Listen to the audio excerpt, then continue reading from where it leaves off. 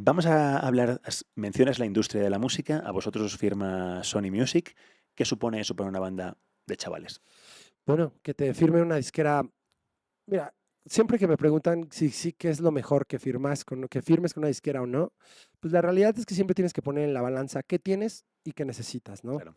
¿No? En ese momento nosotros no teníamos nada, necesitábamos darnos a conocer. Sí había un camino a través de la independencia que Paco nos lo había dibujado, que podía funcionar, pero sí también teníamos por el otro lado una propuesta de una disquera transnacional que al final es como un banco que te va a prestar, sí te va a cobrar con intereses, porque al final todo lo que hagan te lo van a cobrar como cualquier persona, ¿no? Y que se me hace bastante justo. Son empresas al final del día Cualquier que vengan. persona que Claro. invierta dinero en ti te lo va a cobrar.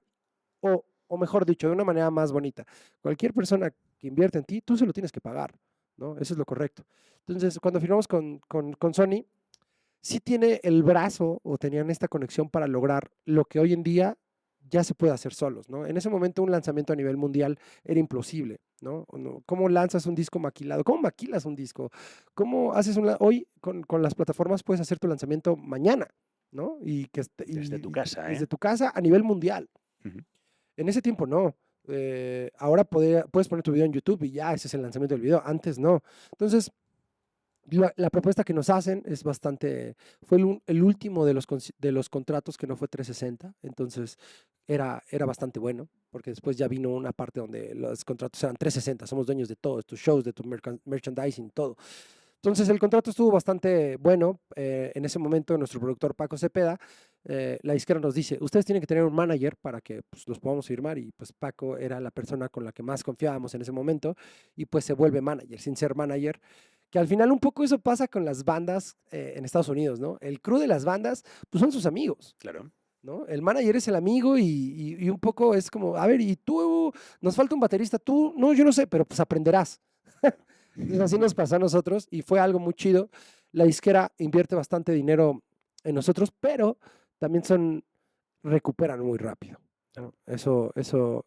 O sea, yo haciendo cálculos, estoy pensando que si nosotros fuimos disco de oro en un mes, ellos tuvieron su inversión más rápido de ellos habrán invertido, no sé, en el disco y el video unos 700,000 pesos y habrán recuperado 10 millones de pesos en un mes. Seguro. Voy a hacer un comentario muy tonto, pero conviene decirlo. Nos ve gente de muchas edades y de muchos sitios.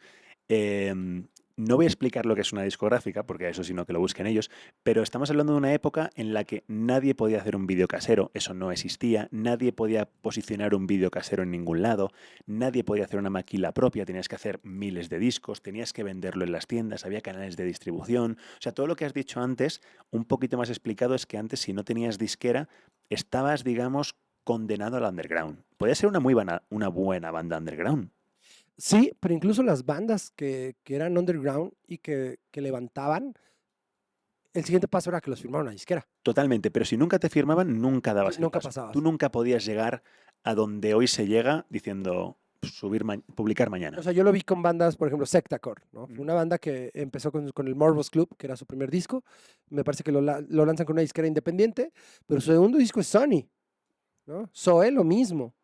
Llegaron con su disco no el más grande, pero el disco que les dio el boom es Sony, Ujú. ¿no? Entonces, y así con muchas bandas, ¿no? El Panteón Rococó, o sea, muchas bandas que tuvieron que firmar, bueno, no tuvieron, sino que se apoyaron del brazo de todo esto. Y a ver, funcionaba bastante bien, o sea, nosotros somos, creo que lo que más nos ayudó fue que nuestra música se distribuyera a nivel mundial, o sea, Claro. en Latinoamérica, Estados Unidos, cosas que simplemente tú, teniendo 18 años, sin tener una empresa, ni todo este know-how de cómo hacerlo, pues creo que también nos enseñó a cómo no hacer las cosas, ¿no? Y también a entender el organigrama de una disquera para que tú lo puedas hacer de manera independiente y también entender muchas cosas.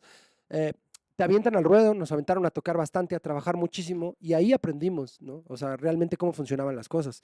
Entre más trabajabas haciendo promoción, funcionaban las canciones, qué hacer, qué no hacer. También hicimos muchas cosas que no nos gustaban y que no sabíamos decir que no. Hoy en día aprendimos a decir que no. Claro, es que hoy en día tienes muchas más tablas, tienes mucho más recorrido, pero por ejemplo, Elías, que es amigo de los dos, que estuvo el otro día aquí también en el podcast, comentaba que él en Argentina conocía a Allison.